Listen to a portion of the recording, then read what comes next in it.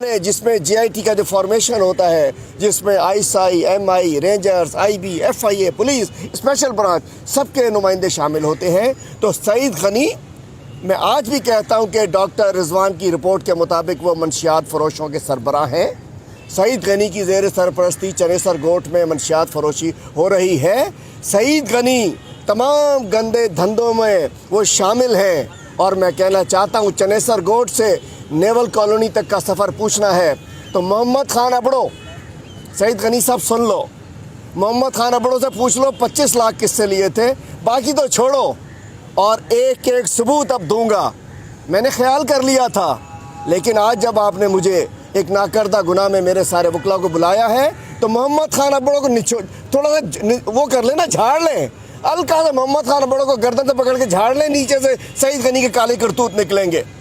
मोहम्मद खान अबड़ो को गर्दन से पकड़े, लटका दें, थोड़ा सा झाड़ेंगे, सईद गनी के सारे गंदे धंधे वो बताएगा। जो इसका फ्रंट मैन है मोहम्मद खान अबड़ो। सईद गनी कौन है, क्यों लेते हो, बताओ तो सही। एक एक चीज़ का हिसाब लूँगा, असम्बली में पूछूंगा तुम्हारे सामने। 25 लाख का तो सामने ही पूछूंगा, बाकी भी सारी चीज़ें समझ गए होगे क्या कहना चाह रहा हूँ। मैं कहना चाहता हूँ, अपनी मकरू चेहरे वाले ये लोग, ये करप्ट लोग, बेईमान लोग, इन्होंने सिंध को तबाह बर्बाद कर दिया। डेस्क स्कैंडल के पीछे भी ये है।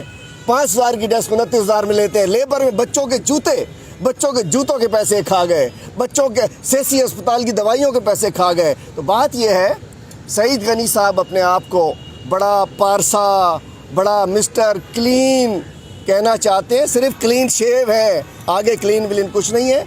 आज यहाँ हमारे ख़िलाफ़ 3 केसेस लगे हुए थे, जिसमें इन्होंने मुझे डायरेक्ट कंप्लेंट की है, मुझे मुलजिम बनाया है। हमने उसकी जाके अभी हमारे वकला ने ज़मानत करा ली है। लेकिन मैं कहना चाहता हूँ कि आज सिंध में जो तबाही है उसकी ज़िम्मेदार ये पीपल्स पार्टी है। सिंध में जो जरदारी गर्दी है उसकी ज़िम्मेदार पीपल्स पार्टी है। सिंध में जो बाजारी गर्दी है उसकी ज़िम्मेदार पीपल्स पार्टी है। सिंध में जो आज देखें जुल्म हो रहा है,